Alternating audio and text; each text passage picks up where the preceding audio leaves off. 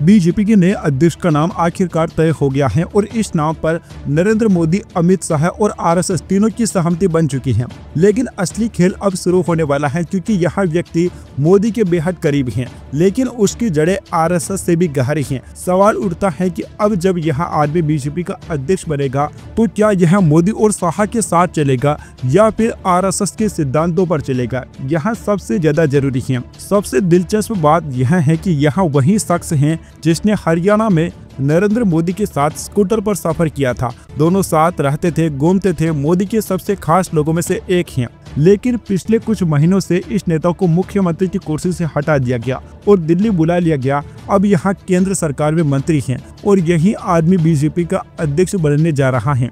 नाम का खुलासा करने से पहले ये समझना जरूरी है कि यह नेता किसी बड़ी मुश्किल में फंस सकता है, क्योंकि सामने दो बड़े सवाल खड़े हैं। पहला, नरेंद्र मोदी अगले साल सितंबर में 75 वर्ष के होने वाले हैं और बीजेपी के नियमों के मुताबिक 75 साल के बाद ये पद छोड़ना पड़ता है। यानी कि दोस्तों, अगर पीएम मोदी 75 साल के हो जाते हैं तो जो भी नया अध्यक्ष बनता है उसके सामने यहाँ चुनौती होगी कि उसे मोदी को प्रधानमंत्री के पद से हटाना पड़ेगा। दूसरा, अगर मोदी को पद छोड़ना पड़ा तो अगला प्रधानमंत्री कौन होगा, अमित शाह या योगी आदित्यनाथ?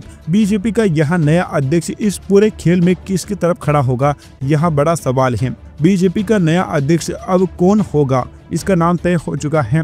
नाम का खुलासा किया जा रहा है। नेता का नाम है मनोहर लाल खट्टर। हाँ, वही मनोहर लाल खट्टर जो एक झटके में हरियाणा के मुख्यमंत्री बनाए गए थे। पहली बार विधायक बने और सीधा मुख्यमंत्री की कुर्सी मिल गई। पूरा हरियाणा चौंक गया था। खट्टर ने 9 साल तक हरियाणा की सत्ता संभाली, लेकिन चुनाव से ठीक पहले उन्हें पद से हटा दिया गया और केंद्र में बुला लिया गया। अब मनोहर लाल खट्टर को बीजेपी का अध्यक्ष बनाया जा सकता है, लेकिन यह आसान नहीं होगा, क्योंकि अब उनके सामने मोदी, शाह और आरएसएस के बीच संतुलन बनाना सबसे बड़ी चुनौती होगी। मनोहर लाल खट्टर मोदी के सबसे खास, लेकिन आरएसएस के भी बहुत ज्यादा खास हैं। साल 2002 में जब गुजरात में दंगे हुए थे तब खट्टर आरएसएस में थे और 2014 में प्रधानमंत्री मोदी बने तो खट्टर को हरियाणा की कमान दे दी गई। मोदी के जितने करीबी लोग हैं उनमें खट्टर का नाम सबसे ऊपर आता है। खट्टर, मोदी और इनका जो रिश्ता है वह बहुत ज्यादा पुराना है। अभी दोस्तों, खट्टर आपको पता है कि आरएसएस के काफी ज्यादा करीबी हैं। अब यहाँ सवाल होता है कि जब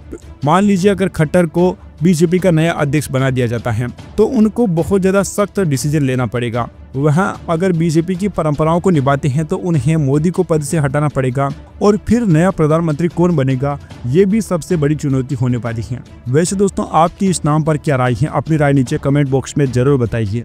subscribe now and press the bell icon. Never miss an update.